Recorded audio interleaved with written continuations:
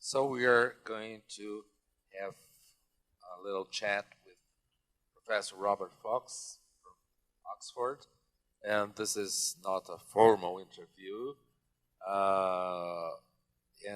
We have to speak on the mic. That's the problem. So, Professor Fox, you have just participated in a symposium of history of science and technology at the University of São Paulo, which was intended for researchers, professors, and graduate students of this university. What was your general impression of the event? Well, I thought it was an extremely impressive event. I thought the number of people attending simply was a testimony to its success, but I thought the most important thing was the quality of engagement. I thought that the questions and the interaction between speakers and people in the audience was really impressive.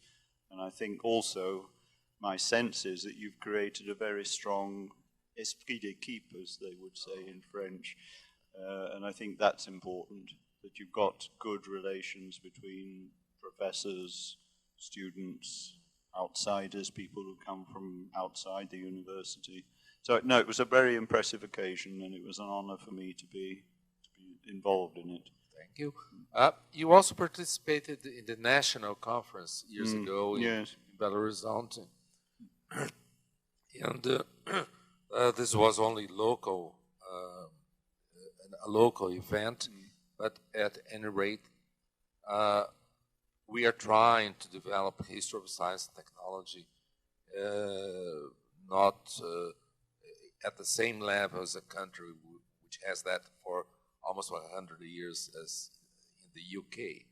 But you'd say that you see signs of increasing interest in this field in Brazil, perhaps also linked with your knowledge of other Brazilians abroad? No, I would have thought there's no reason for you to feel that this is a lesser exercise. I mean, it seems to me that the attendance in Belo Horizonte and the attendance this week were testimony to the fact that history of science is doing very well. That must be the case. And I thought in both, I mean, my impression of the meeting in Belo Horizonte was very similar, namely there were a lot of people, there were good interactions, good relations between what you might call the senior people and the students. And I think that's so important. And I think, well, I think here certainly you've managed to create that sense of a community in history of science. I thought the exchanges were respectful, incisive, but respectful, and you can't ask for more.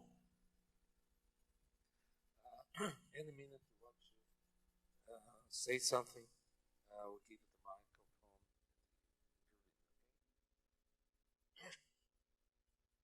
microphone. We know that you changed your field from physics to the history of science.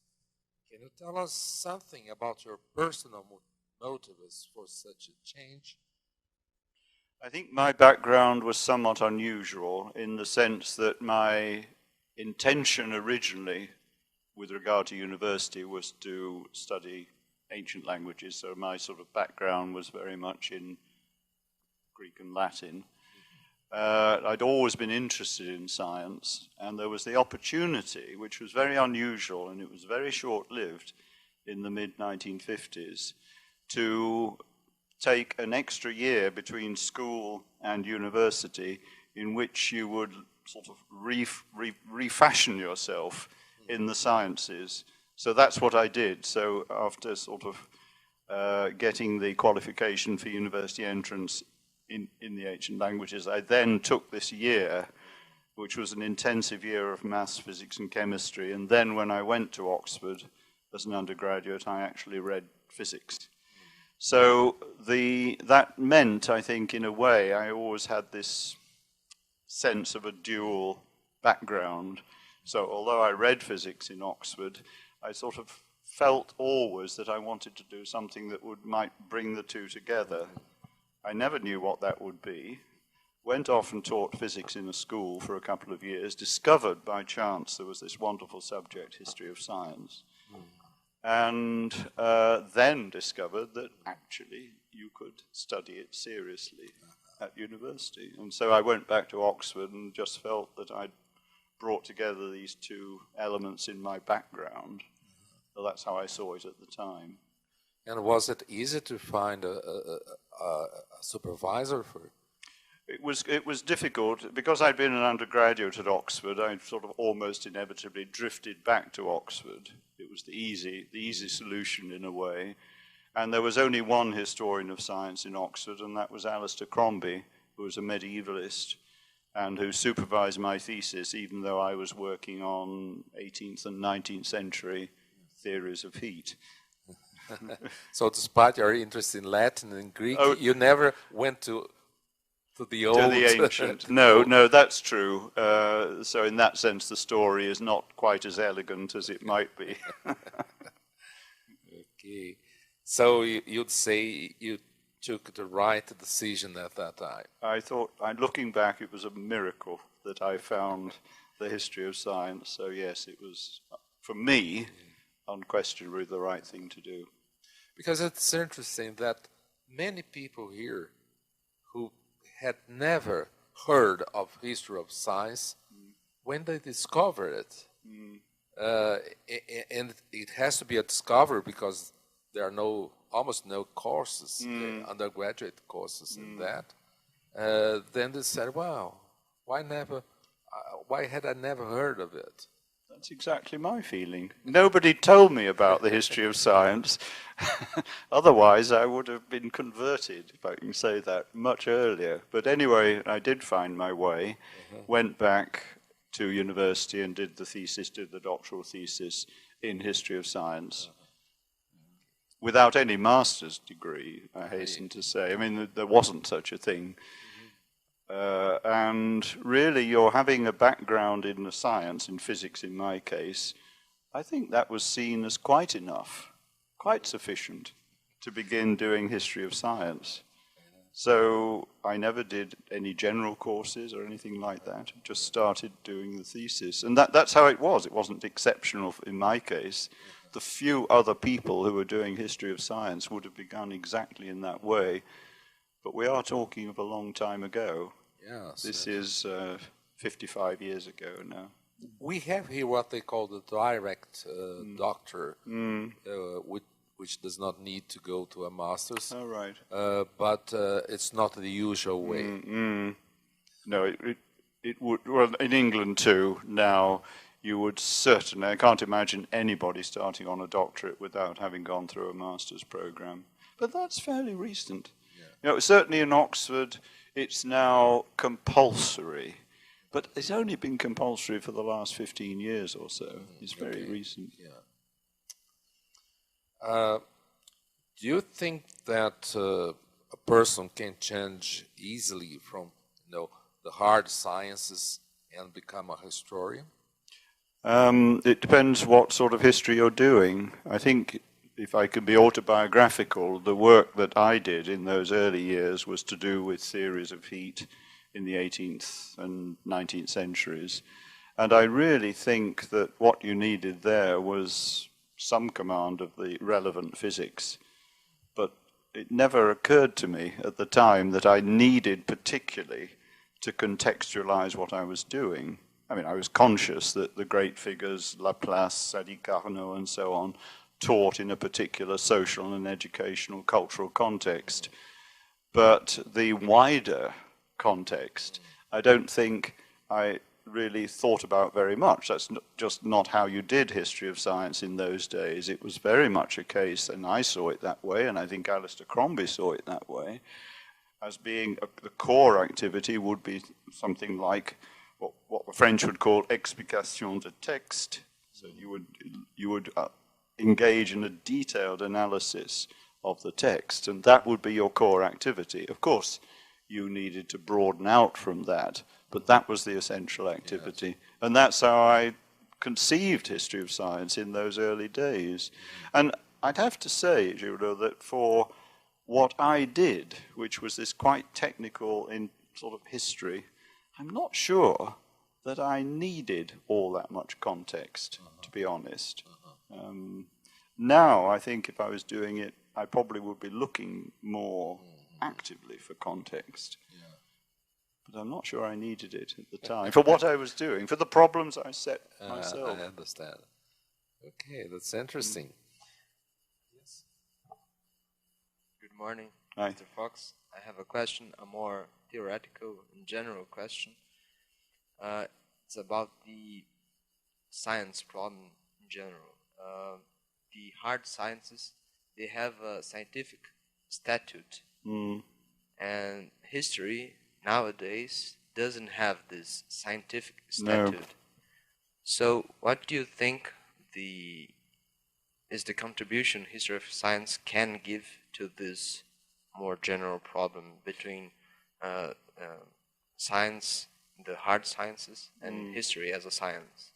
Well, I think history of science has potentially a very important role to play there. And I think we have two problems as historians of science. One is to persuade our historian colleagues that this is an important bridge that they need to make, and also to persuade our science colleagues that their course would benefit. I'm not sure that their doing of science would necessarily benefit, but certainly that their teaching would benefit by having this injection of history of science. So in a way, you might say that history of science might help historians at least to think about the possibility that their work is a science, and also perhaps persuade the scientists that at least to think about the possibility that their work is more humane, if I can use that word, rather than exclusively rigorously scientific. But yes, I think we have a very important bridging role, and I just hope that we'll play that role more and more energetically as the years go by. But I think that one question deriving from that is whether history is a science. Yes. Is it a science? And yes. I don't think, I think looking back at the way history has been written, I think whenever it's become too much of a science, I think the result has often been pretty bad history. So I think I would say, yes, a science, but one that constantly needs to be tempered by the more humanities-related approaches. So, I mean, to make it a science, social science, I don't know whether you're wanting to make a distinction between science and social science. I mean, I could be quite open to the idea that it's a social science. I'm less confident about it being, in some sense, a science, I think. Can I make a comment? I think the problem is that when you consider history as science, it needs to be as scientific as the hard sciences. Yeah. To have the laws and to have that strong core. But I don't necessarily see that history needs to have these laws so strongly formed. But do you feel in history of science we do need laws of how science has evolved and evolves? Is that where you'd want to end up? No. No. No, I think the problem is that history is not considered a science because it doesn't have laws like the hard sciences. Although the hard sciences are historical sciences, they are firmly grasped within the historical context. They are not laws floating around. And the problem is that history doesn't have this way of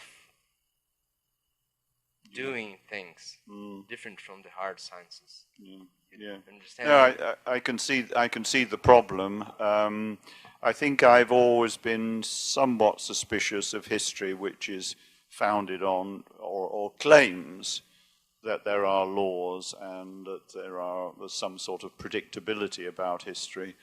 It may be there is an element of predictability, but I think that the historical context is so complex and so sort of universal somehow that the laws, I think laws can have a heuristic value. I mean, the thought that there is a law of economic development or something like that, I mean, it's a question worth asking, but I think the danger is that you might want to somehow turn that law into a fact, whereas I think I would want it to be a way of formulating a question. I mean, is there a pattern of development or something like that?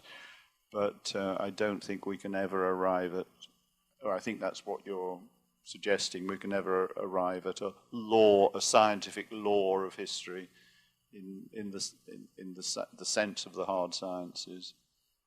Well, anyway, Auguste Comte thought there would come a day when we would discover such a law. Yes. In the present, there are quite a number of historians, sociologists, and others with background in humanities who do work in the field of history of science and technology. Previously, we had more chemists, physicists, biologists, geologists that would investigate their own field history. What are the implications you see in this contemporary trend, I mean, this change from the physicist's history to the historian's history? I think it's transformed the whole subject. You've only got to look at the journals to see the effect it's had. I think that there are dangers, there are advantages in it. Undoubtedly, it's enriched an awful lot of historical discussion and so on. So I think I'd welcome it on the whole. I think there are dangers for the history of science, and that is that certain areas that really do demand a command of the scientific content, that those are increasingly getting neglected.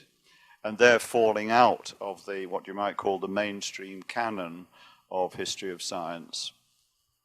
And I'm thinking there particularly, I mean, in a way, I still have a sort of vestige of being a historian of physics. And I think one thing that does worry me there is that the history of modern physics now is no longer the sort of thing that would be taught to sort of history of science students at the master's level. And I think the research in that area will increasingly be left to scientists. Now, it may be that will be a good thing. And they, if you're talking about the history of modern physics, they are the only people who can really talk about it with authority. And I think it does present a challenge for us. And that would certainly be true in the history of biotech, for example, biotechnology. I think, again, you do need a command of the scientific issues in order to say something that will have authority. Now, whether it's okay then to leave it to practicing or perhaps retired physicists, biochemists and so on, whether it's enough to leave it to them, I think that is an open question. And I think the way forward may well be one that a French colleague, Muriel Leroux, has been developing in recent years, and that is what she calls compagnonnage. So you put together what you might call a trained historian with interest in the modern period and with some command of the scientific issues, but that person should work with a practicing or recently practicing scientist, and that might be the only real way forward, that we can keep the history of very recent science in the domain of what you might call history of science globally. Yes, so the teamwork yeah. would be good. But in my experience, I see many history students when they want to do history of science, they start at least studying some science, so that they are not completely, you know, outsiders. Yes. Yeah. And I have had good experience. I mean, they cannot command that field, but they know enough to investigate with the main historical questions. I think that's enough. I mean, if they come from a humanities history background and they're willing to, you know, sit down and just engage seriously with the science, I think that's fine. That's enough. But when it gets to the cutting edge of the science, then I think they do need help. Almost certainly they're going to need help, I would have thought. Well, even the scientists they need help too. Yes. Okay. This is now a very general question. How do you see the relevance of history of science and technology for society in general? I think we have a duty to make our stuff better known. I mean, the History Manifesto has really raised that issue, I think, because there's been this, I mean, the thrust of the History Manifesto was that we're not talking, as they say in the manifesto, to power, i.e. to decision makers in government or in industry or wherever. And I think that we do need to improve our act in that respect. I mean, I don't think the History Manifesto is entirely relevant to what we do. I mean, I think there may be a problem in general history that we don't particularly have. If you're talking about the thrust of the History Manifesto was that we should do more longue durée history. I think in history of science we do that. We've got a very good record of doing it. There was this suggestion in the History Manifesto that microhistory was somehow a bad thing.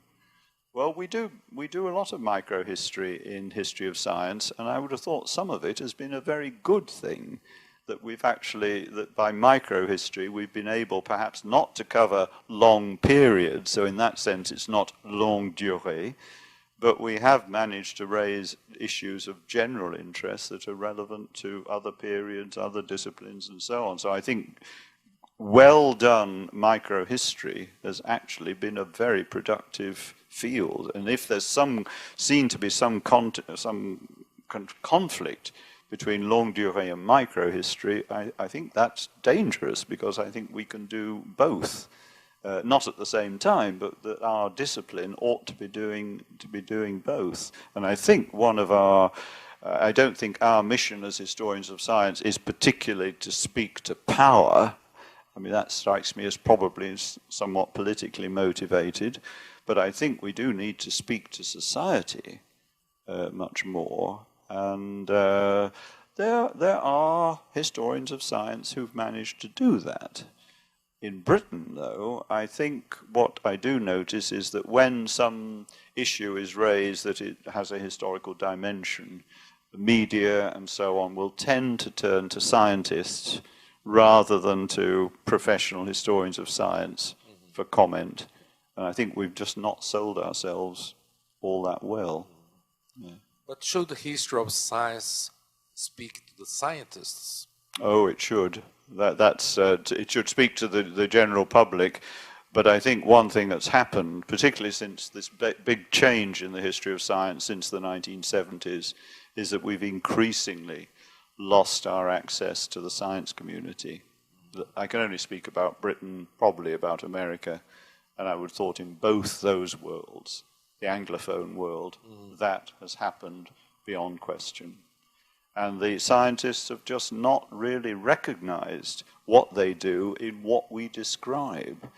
And I think there's a big problem and a challenge for us in the history of science. That if you ask a practicing scientist, you know, whether he or she would appreciate the sort of analyses, the rather sophisticated sociological, anthropological, psychological analyses that we offer now, whether she would see his activity in those analyses, I think the answer would often be absolutely not. Now, that might, and I know in some cases, would reflect a refusal on the part of the scientific community to engage with the sort of issues we address in the history of science. But I do think that we have a responsibility on our part to make what we say accessible and not to shroud it and protect it, conceal it in jargon which is only of interest to a few other historians of science who happen to be in the same school of thought as the author. And it's become a very sort of excluding mechanism, I think. So in this way, the History Manifesto would apply. Yes, exactly. Perhaps not speaking to power, but speaking to power would be important, namely speaking to decision makers. And my feeling about history of science is that our students, for example, should be ready to engage, certainly on the public scene, with debates. They should be more willing to perhaps write accessibly and write well. I think that's another thing. Write attractively. But also to be present in decision-making themselves. And certainly I remember one really striking case we had in Oxford, one of our graduate students who, having done the DPhil, or what we call the PhD, in history of science, then joined the Treasury, which is the Ministry of Finance. And somehow I feel that's really potentially quite constructive, that you have somebody there in probably a very influential position in a few years' time who has this background. Who knows what it might lead to. Okay. What are the prospects for a historian of science in Europe and the United States nowadays? I mean, in terms of career, salaries, and all the benefits. Well, they're not good in Europe or in the US. So the answer is that in the sense of going on to a traditional academic career of the kind that you and I have pursued, no, the chances are not rosy at the moment.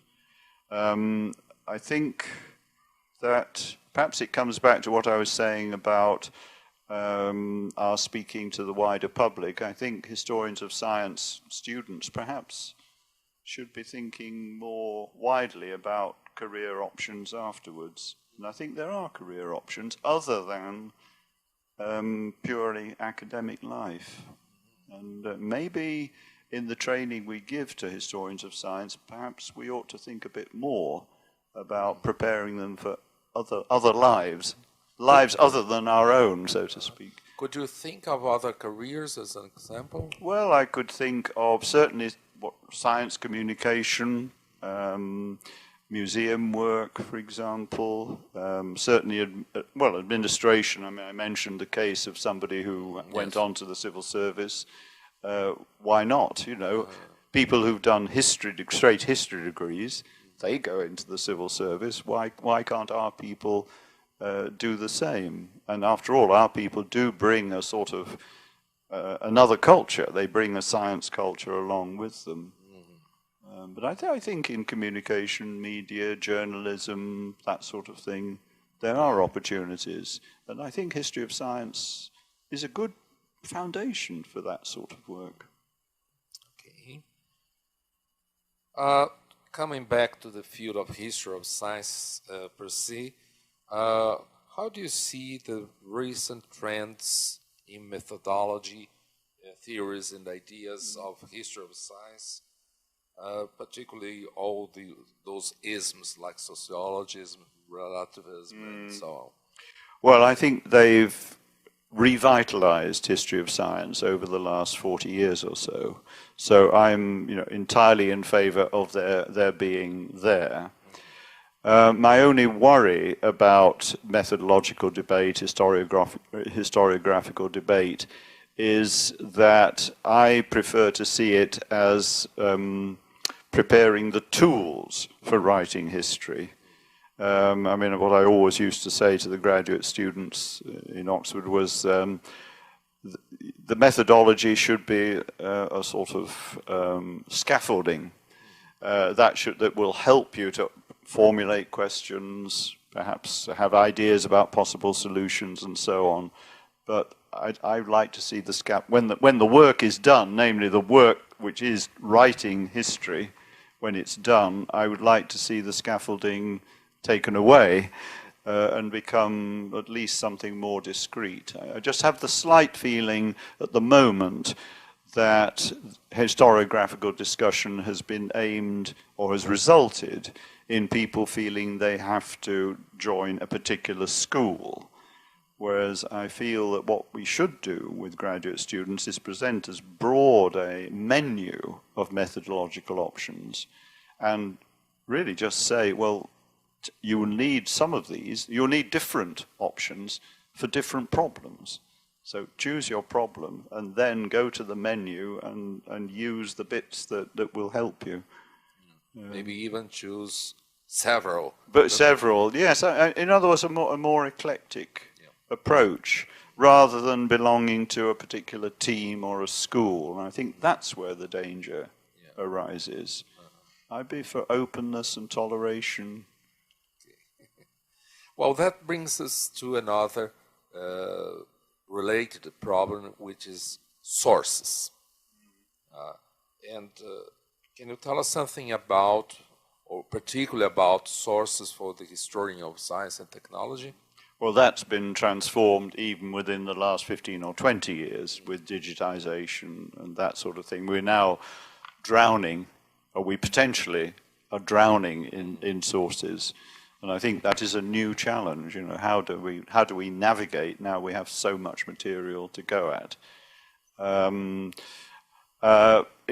The more sources there are, it must be good. You can't argue against having more and more sources. I just hope that I just think the process of the move towards the digital world just needs to be controlled and managed and reflected on. For example, one thing, I mean, there's a danger, I think, in just putting huge amounts of material online. Now, you could argue that that is good because it's up then to the recipient to decide how he or she will use the material. I just hope at the same time we can preserve the great editions, and particularly I'm thinking of editions of correspondence and so on, which I just think is still so valuable. I hope we don't sort of move to a position where we say, so long as the material is available online, we can then forget about it. But I'm just thinking of there's a new 2-volume edition of the correspondence of Magellan, the 18th century physicist, which has appeared very recently. There's a very scholarly edition with very, very helpful notes and so on. And I think there's a critical apparatus there which is something worth preserving. Whereas you could imagine in a new world, all those letters could have been just put out online without any sort of controlling spirit. Of course, the control can become excessive. Yeah, but will there still be room for the old-fashioned way of going to the archives? Because there is a cost for digitalizing, and not everything is digital. No, that's true. I think there will be, and I do sort of worry about the profession of the archivist, you know, to what extent this will change. I think it could become a very different activity. One thing on sources I would say is that I'm very concerned about the neglect at the moment of the papers of modern scientists, and I think we do need to reflect on how we're going to handle that. In Britain, we had quite a good system if I'm going back 20 or 30 years. And if you had a major scientist, the papers would be sent to an archiving center, and they would then be archived, inventoried, probably at a fairly elemental level. And then they would be deposited in the most appropriate centre. It might be the Royal Society. If it was a fellow of the Royal Society, it might be in a university or somewhere else. And that worked very well. And a lot of personal archives of scientists were preserved and at least roughly catalogued in that way. Now, the funding for that has now disappeared, and nobody seems to really feel that that's been a great loss, and yet I think it has. There's an awful lot of science that's been done. I mean, that's the other thing I feel about the history of science. I'm all for work on the early period, medieval, early modern, and so on. But if you look at just the amount of science that's being done, there's more being done today than in the whole of the history before. That's right.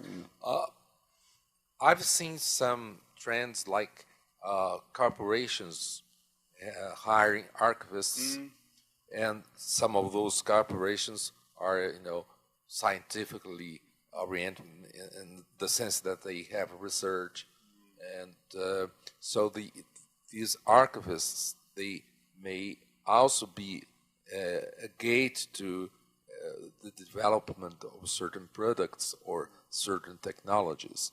In this sense, there's maybe more attention to the archives of technology than to the archives of science. Yeah, I think company archives really have improved enormously.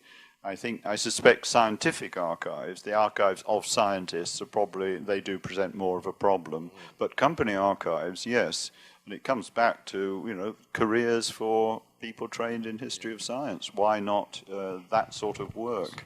Because it can be extremely creative, and it's certainly valuable and worth doing. My question, next question has something to do with this, because you have been active both in the history of science and the history of technology. Is there a conflict or a cooperation between those two? I'm sad to see there is something of a conflict. And if you look at the American situation, people who go to the meetings, the annual meetings of the History of Science Society, will not necessarily go to the meetings of SHOT, Society for the History of Technology. And I think that's rather sad. Again, it will depend on what your problem is, what your area is. But if you're looking at the history of fairly recent, say, 19th, 20th century technology, electrical technology, and both you and I have worked in that area, then it's very hard to make a division between history of science, history of physics on the one hand, history of electromagnetism on the one hand, history of theory of transmission lines and so on, and the history of technology on the other. So I think we need to keep the two together. But the fact is, I think, that the two communities are not all that much together. They might find some common ground here and there, but I don't think they see themselves as doing the same thing. Again, I think I feel that we are historians, and that somehow we ought to be able to turn to history of electromagnetism, transmission lines, and all that sort of thing, and to be historians of technology in the sense that we know about, or we would be willing to study installations, distribution networks in towns, and that sort of thing. So in the ideal world, I think we should stay together, but we're not staying together all that well at the moment. To be like Lord Kelvin. Yes, well, you see, there's a wonderful example. What do you call him? He's many things. He's not a historian, he's a physicist, and obviously a major physicist. He's a major engineer. He's a businessman as well. Yes. Yes, about this problem of history of technology. Nowadays, we use all kind of devices without knowing what's behind them, how they function. And I want to know, what do you think is the importance of the history of technology, and if the history of technology can disclose the social relations that lie behind these devices? I think history of technology is very good at that. History of technology well done can reveal things of that sort, precisely things of that sort, that are very hard to unravel if you just look at the present situation. I mean, I think that's true of history of science as well. There's a sense in which you can, if you go back in time, the issues can be more clearly defined. The issues on the whole are, I would say, you're not supposed to say that these days, but I think the issues are just a bit simpler than if we're looking at the present time alone. And in the history of technology, that would be manifestly the case for me. So I think if by doing the history of reading the history of technology, I think you'll gain some really serious insight into technological development today. And if I can just cite one of my favorite examples in that field, it would be Thomas Hughes's book, Networks of Power. I don't know whether you know that book. It's about electrification in the West, in USA and Europe, mainly in the 19th century, early 20th century. And I think you can see the issues there, how he takes three cities in particular, Chicago, Berlin, and London. And if you look at the way that electrification happened in those cities, as described by Hughes, I mean, I think you can see the sort of issues that must be pertinent today about investment and civic interest, political conflicts coming into play. And I think by looking at, I think a somewhat more straightforward situation, if you look at Chicago, or you look at London, or you look at Berlin, I think it does raise issues that ought to be in your mind when you're thinking about technological development in our own day. I agree, because I think it's a contradiction, because the more technology nowadays is useful and present in our lives, the less we know about it, the less we know how it functions, and we do not have this concern. I think it's a contradiction. It's interesting. You're right. The technology is impenetrable. The technology itself is impenetrable, yes. And the decision making about it is even more so. So you're right. And we do need to be more reflective, I think, about what's going on in our own time. Now we go back to your personal life as a historian. Can you tell us something about your main topics of research, which I understand when French science from the 18th to the 20th century, and more recently scientific cosmopolitanism versus nationalism? Yes, I didn't really set out to be a historian of French science and technology, but working as I did initially on theories of heat and early thermodynamics, it was plain as day that the key figures in those early days were predominantly French. And Laplace in mathematical physics, Sadi Carnot at the engineering end of physics. I mean, they were major figures, and of course there were other major figures as well. So I think I sort of drifted into the French world, I wouldn't say by accident, but I was led along in a way into that world.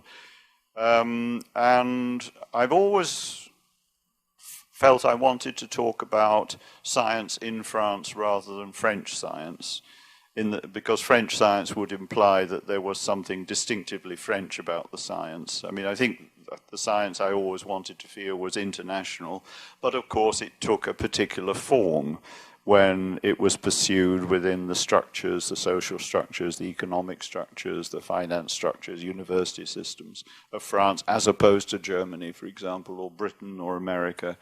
So in that sense, as I say, I wanted to talk about science in France, but also to keep open, always to keep open this idea that science was an transnational, supranational, cosmopolitan activity, which then took forms, because inevitably it's going to be fashioned in detail by the structure, by the national structure in which it's implanted. So in a way, moving towards more, as I've done in recent years, more towards cosmopolitanism in science, internationalism. It's been, perhaps in a way, looking at the historical question of how does a cosmopolitan, transnational or supranational activity, how is it pursued in what's inevitably a national context? Yet, when there was such an intense rivalry between France and England, or France and Germany, science in France became also French science. And do you see any such trend nowadays? I would say that one of the most dangerous things that happened in the history of science, I would associate with the First World War. And I do feel that there was a dramatic transition between before 1914 and after 1918.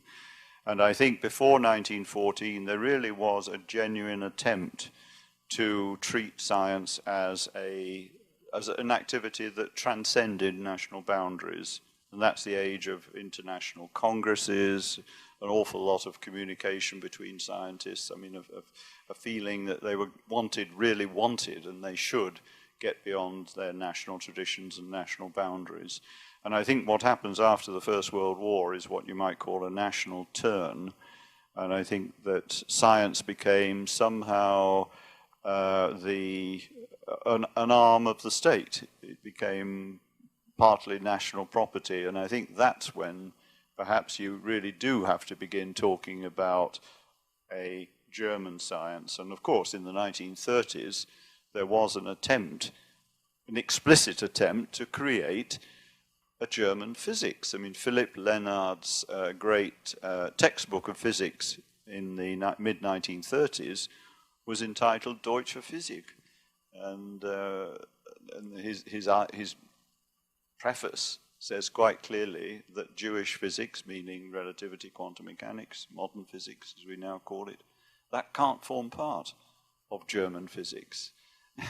So there is a sense in which it has happened in the past, and you have the Lysenko affair in the Soviet Union, and I think it is a fact that now science is seen as part of the state apparatus. And I think there is a danger there, and scientific communities have to fight against it. I think, on the whole, my sense is that they do fight against it quite effectively, but it's a danger that's always there. You had an intense activity as editor for the Royal Society of their scientific journal, History of Science. Can you tell us something about this experience?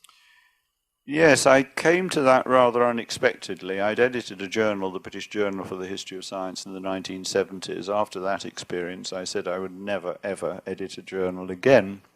But anyway, it happened.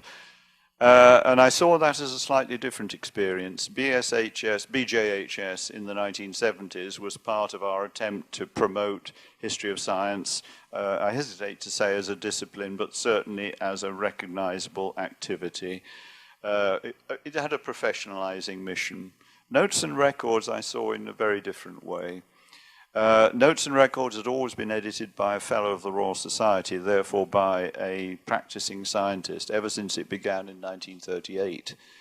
The Royal Society was anxious about this because its other journals, like Philosophical Transactions, Proceedings of the Royal Society, and so on, those journals were deemed to be, among the top journals internationally in their various fields. It might be physical sciences, life sciences, or whatever. But the notes and records, they felt, was not recognized by the history of science community at the top level. Most of the articles had come to be written by scientists or recently active scientists.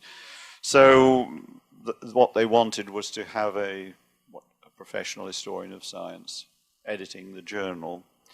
Now, my feeling on doing that was that we should try to avoid it becoming another professional history of science journal. We have lots of those. And my feeling was that we should try to show how history of science done at the highest level in terms of quality of writing, in terms of quality of research and so on, conceptual sharpness, that can be accessible to a wide community, in particular the community of scientists. And I have this sort of mission that somehow, by professionalizing history of science, we have turned our back, or we risk turning our back on the scientific community. And so what I tried to do as editor of the journal was to encourage stuff that would be readable by scientists, that would probably have pretty tough scientific content, if that's what it required, but would certainly not have the sort of jargon and the in-talk that had become so common within the history of science. And I think, on the whole, we managed that. Are there any other attempts at that in other countries, like France or Germany? Do you mean to make the writing of historians of science more accessible to, well, particularly to the scientific community? Yes. I think where it happens in France, certainly, it happens in Britain too, and in the US. You do have historical sections within the scientific professional communities. So the Royal Society of Chemistry in Britain will have a pretty active history of chemistry group. In France, the Société Chimique de France has a groupe d'histoire de la chimie. And so that, I think, has been a forum where scientists will engage with historians of science. And so I think that's been very well worth doing. Did you enjoy your activity of editing compendia, such as the Oxford Handbook of the History of Physics? I think I could say I enjoyed it, yes. It was part of the same mission, in a way, that the idea was to have examples of historical writing. We couldn't cover the whole of physics, obviously, but we took key episodes in physics and asked people to write about them in an accessible but authoritative way. And I must say, it's as a publication, it's actually been quite successful. I mean, successful in the sense that it sells. I've never had any of my publications that have sold nearly as well as the Oxford Handbook. That's good. Yes. So Oxford University Press is very keen to have more. What they would now like is an Oxford Handbook for the history of modern physics. But it's interesting, going back to one of your earlier questions, that I did explore that possibility, but finding authors who would write in the right sort of way and be willing to do so, that wasn't easy at all. So that idea is rather, I think it's somewhat abandoned now. All right. Another activity of yours was to be in scientific societies. You had a leading role at the European Society for the History of Science, the British Society for the History of Science, and the International Union of History and Philosophy of Science. How do you see presently your past activity in those fields? Well, I got involved because I do feel that I was conscious, having worked in France and worked to some extent in other countries as well, I was conscious of the way, the different ways in which history of science was done in different countries, that there were the different reading habits, there were different citation habits, there are clearly linguistic problems, barriers to be overcome and so on. And I felt that with that sort of society, particularly I'm thinking of the International Union and the European Society for the History of Science, I felt that in those two cases, the mission that we had was to somehow try to overcome these barriers and make communities of historians of science talk to one another more readily. Whether we've succeeded, I'm not sure. I think we have made some progress, but I think there's an awful long way to go. So yes, let's cross these boundaries. Not only, we talked earlier about crossing of boundaries within science, but there are boundaries within the history of science too, and that certainly struck me, particularly I think working in France and working on France, that the habits of citation particularly, there's a sort of rather predictable circle of sources that are referred to, and that's true of Britain as well. I don't want to suggest that it's a particularly French thing. And of course, with Britain, probably the US, we don't read foreign languages, and that is a problem. So that, I was conscious of a lot of work being done in France that was not reflected in British historiography. I think things have got somewhat better, but we're still a long way to go. It certainly is a barrier for Portuguese-speaking historians of science to write in English and to be accepted in those major journals, international journals. And we would probably need some help to get over this barrier. I was somewhat involved, I wasn't the editor, but I was somewhat involved with Annals of Science. This is going back perhaps 30 years now. And we did have a system, we created a fund that would allow people who wrote in French, for example, or German, they could send their article in their language, and we would pay for a translation. And that was particularly directed at the French. And I think we had that system up and running for 2 or 3 years. We had not a single application. Oh. It was very disappointing because it was well-intentioned, but it just didn't work. And again, it's something sort of cultural. There was a barrier. It wasn't just a linguistic barrier. There was something else sort of preventing that. What you'd have thought would be a very attractive possibility for a French scholar. Didn't work. Yes. In relation with this, we are talking about now in how the history of science is going to be done in England and Britain exactly. So how do you see this is going to be done? Which are the trends on history of science and technology in Britain? So if you may comment with us briefly. Yes. Nowadays, Generally, where's it going? I would think we are still, I think, in this what you might call the sort of social science approach, and I think that's probably that's going to last for some time to come. I think you'll find broadening of the sciences that are being considered, certainly increasing interest in the history of the human sciences, and that's I think very marked. I think also we are very caught up in Britain, and I think that's probably true internationally, in global history. And it comes back a little bit to the History Manifesto, because in a way, the people who are promoting the History Manifesto are particularly interested to promote global history. And I think that there may well be an attempt to really engage history of science in that movement. Certainly in Oxford at the moment, in the history faculty, global history is I would say it's the area that now the university or the faculty, history faculty, most wants to develop. And I think history of science, if it wants to, could well find a home or find some natural allies within the global history movement.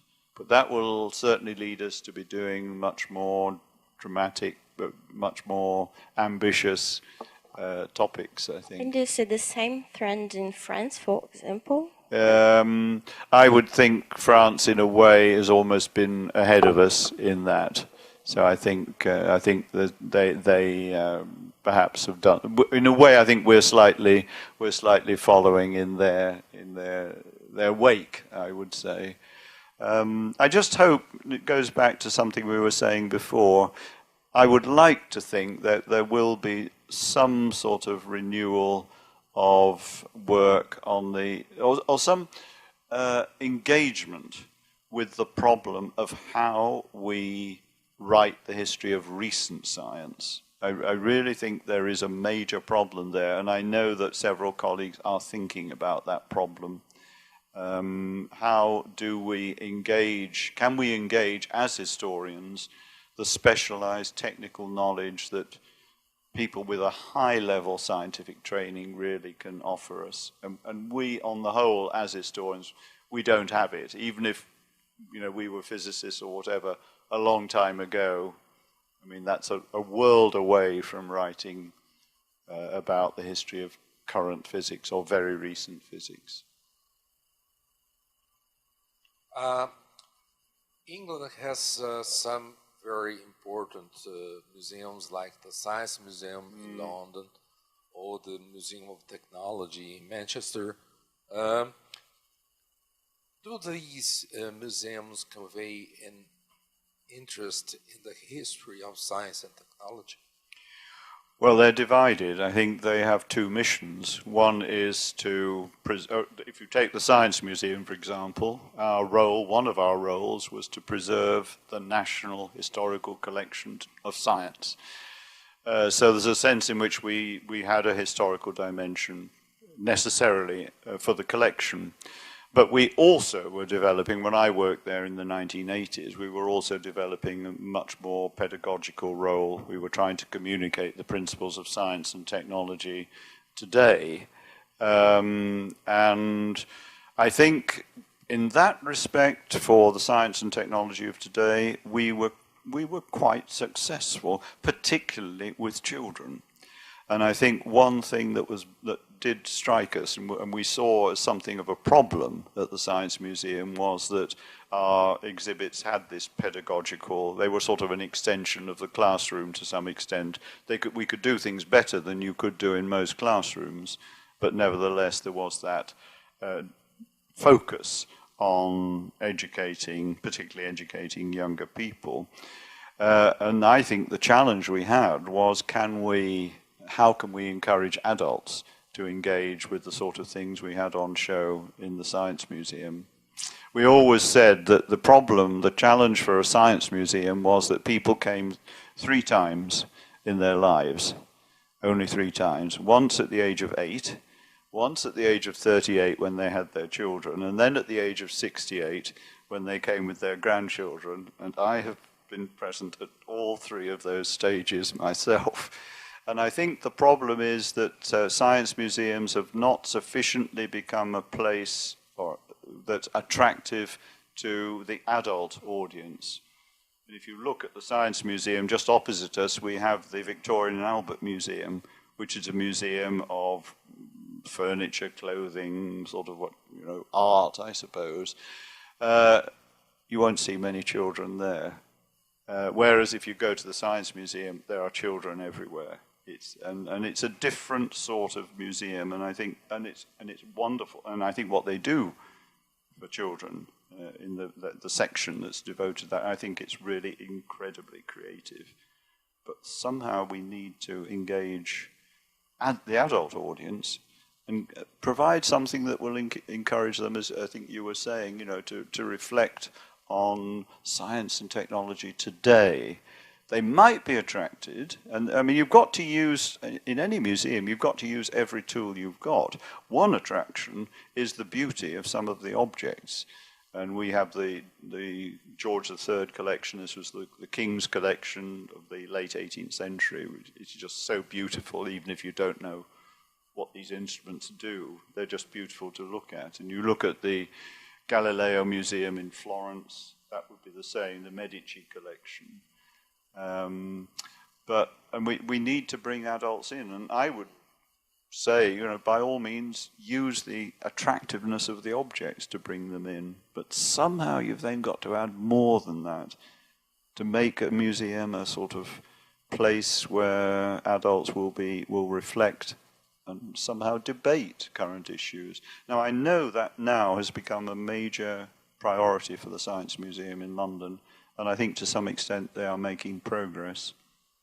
but it's a big challenge. But do you think that the history of science and technology could engage more people in terms of interest in science, but also the interest on how that developed to become what they see? Yeah, I think the Science Museum has to try to do that.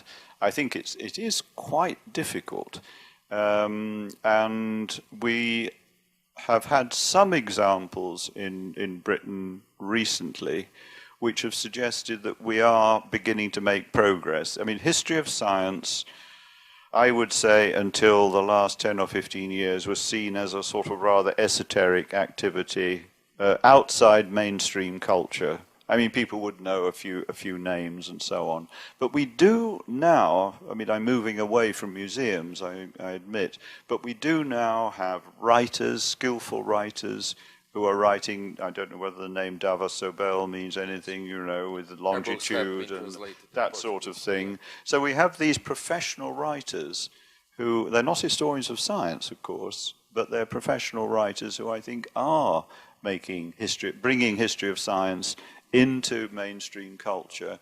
And only this morning, I was listening to a program on BBC every Thursday morning at 9 o'clock on Radio 4, which is called In Our Time, and it's a sort of little panel discussion, three guests and a mediator.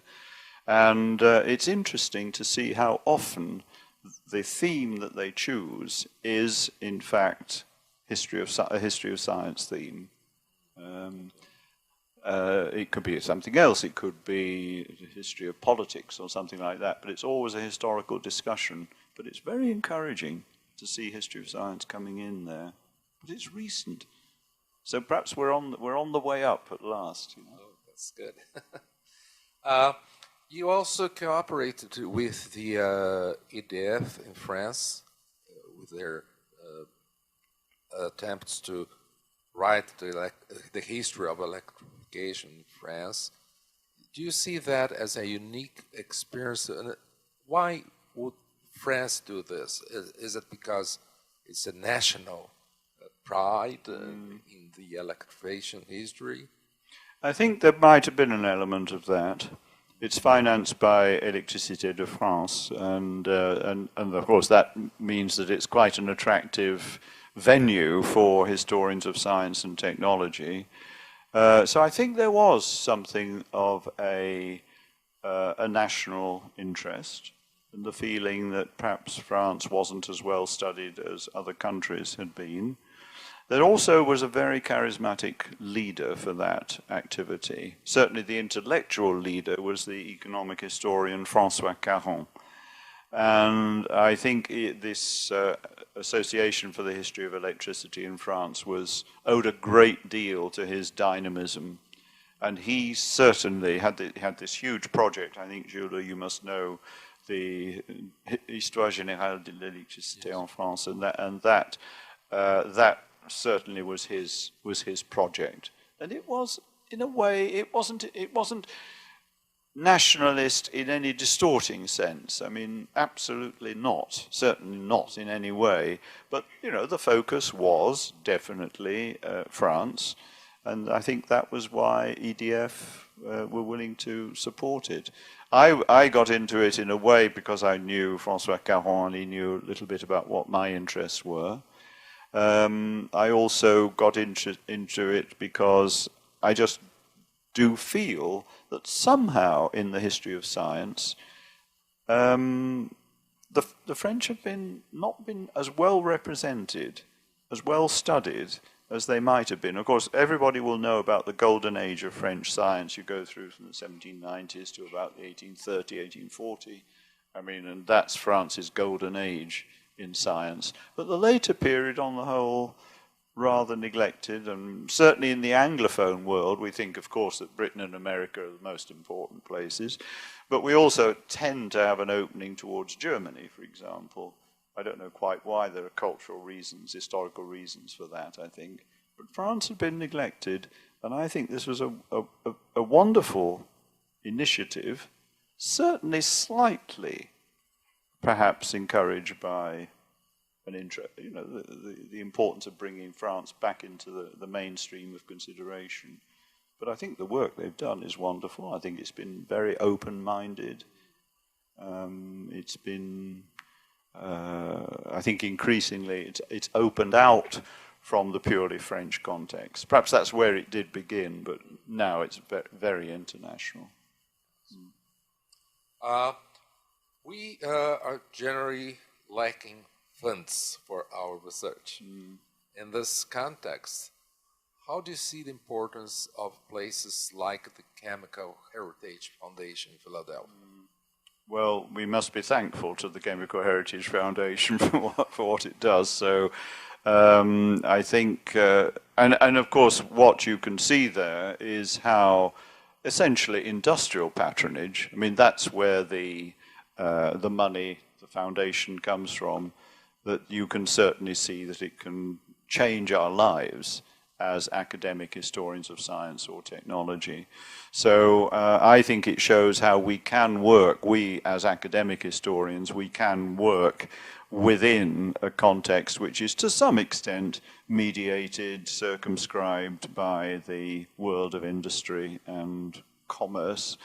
So it's not my world by a long chalk, but I think it's a world that we can work within, provided, again, I think we don't become too esoteric. It goes a little bit back to this idea, why do the scientists, as I was talking about earlier, why don't they recognize what they do in the sort of sociological, anthropological, etc. analyses that we tend to offer them? That there's some problem there of communication. I think within Chemical Heritage Foundation you could have the same problem. But it is a place where historians can work alongside or at least be read by people in the world of industry and trade. And I'd say, just going back to EDF, I think that was another very important aspect of the work of that association, that senior members, senior people from EDF actually came along to sessions and listened. I mean, they're not going to write histories, of course. They've got other things to do, like running EDF, which takes time, but they did definitely show an interest. And I like to think that in Chemical Heritage Foundation that sort of tradition of interaction and openness is there. I hope it is. Yeah, so we hope so. Is a kind of final question. What would you say to a young person thinking of pursuing the history of science and technology? I'd say it's a wonderful pursuit academically. I mean, it's enormously enriched my life and my own feelings. So yes, I mean, it's interdisciplinary. It transcends national boundaries and so on and so forth. As the advice I would give, and I suppose in a way it was the advice I used to give when I had graduate students in Oxford, is that try to think not only of a career, an academic career in research and university life, but think of the other things you could do, because we said already that the jobs and the openings in purely academic life are very limited, and there's no sign that that's going to change very much. I mean, one thing that I suppose is happening is that history departments are now opening up a little bit towards the history of science. It's difficult, but I have seen one or two signs of that. But that would only point to the advice I think I'd give to anybody starting in the game, that, you know, be as flexible as you can, maximize the number of skills that you've got. That could be in communication, could be writing, it could be speaking, it could be sort of debating at the sort of more political level. It could be moving into administration and so on. So, I mean, just realize that history of science, graduate work in the history of science can actually be the foundation for many things. Doesn't necessarily have to be academic life. But you do have to warn beginning graduate students that the road into academic life is a hard one, and it might even be a closed one. But if that's I mean, the intellectual activity is so fascinating, so enriching. Go for it. Well, since you mentioned this kind of a difficulty, history of science meeting in its own place in the history departments, do you think there's an idiosyncratic reason for that? Is it perhaps just the fear of science or something like that? I think history. I spent all my career in history departments, first at Lancaster and then in Oxford. So, and that's unusual in the British situation, to be absolutely in a history department right the way through. I would say in both places there was great respect for the history of science group that was somehow implanted within the department or faculty, whatever you call it. But there was always the feeling that we, historians of science, was somewhat different. And I think one thing I always hoped to do, both in Lancaster and in Oxford, was to show that we're not different. We're historians like the rest of you. But I don't think we ever fully persuaded our history colleagues of that. And I think you have to somehow persuade them that science, after all, science and technology, medicine, they have been very major forces in the history of the world, and that they ought to be, they ought to see the history of science, technology, medicine as part and parcel of world history. And I think that's quite difficult. I don't think that we've achieved that yet. And I think one other thing that will happen, and this maybe comes back to the question of openings for people trained in the history of science. What I do see happening, and it's certainly happening in Oxford, is that an awful lot of very good history of science is being done by people who would not bear the label historian of science. I mean, we have some very interesting work going on in the English faculty in Oxford. So these are people, yes, they don't have a science background, but they're certainly engaging with science. At Lancaster, there's a current project for editing the letters of Humphrey Davy. Again, it's coming out of the English department, because their starting point is Romanticism and that sort of period, and Davy emerges so obviously from that world. So they have to do what you were saying earlier, they have to sort of, sit down and learn about Davy's chemistry. Or at least it's not like learning about quantum chemistry or something like that. He wrote poems. He wrote poems, yes. I've seen that in the United States too. Many studies come from the literature department, but they impinge directly on the history of science. Yeah. Well, I mean, maybe we have to accept that history of science can be done at the very highest level by people who actually have not got the label historian of science and have probably not gone through a graduate program in the history of science. Certainly, if you look at the Davy project, I'm somewhat aware of what's going on. I still have quite a lot to do with Lancaster. Certainly, what's happening there is the people would not recognize themselves as, if you like, professional historians of science, but they're doing history of science.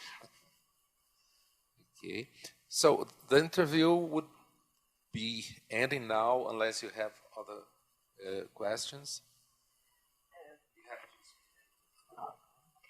Being this late,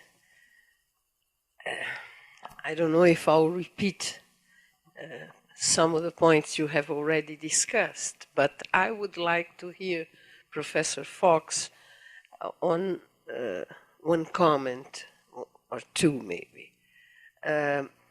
What you have just said about historians and their attitude towards the history of science, I would make an analogy with the history of ideas, intellectual history. it's also not a very legitimate research in history departments if you do it from an internalistic point of view that requires reading the texts and recovering their immediate intellectual context, but living in low-key political contexts or other wider, broader situations that would be more familiar to historical research of social institutions and political institutions.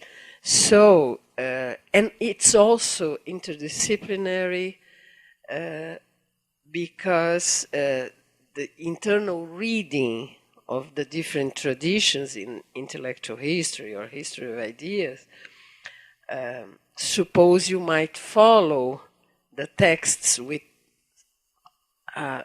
medium expertise. If you are talking about, I don't know, philosophical texts or texts in different scientific researches or even literary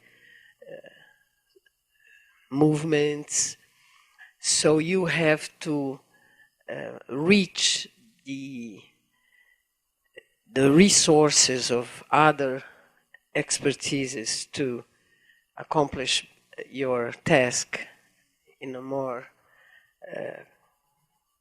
I don't know, more complete or competent way. And also, historians have been living for some time now the research in the history of ideas to the specific fields, for at least among us here in Brazil, for example, who has been doing the history of philosophical movements? Philosophers, if they feel like it. Who has been written the history of literary movements or ideas in law or social thought?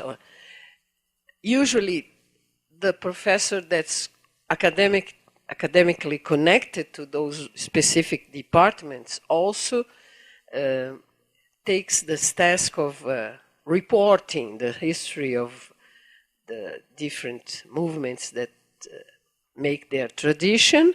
And when they do history, they do poor history.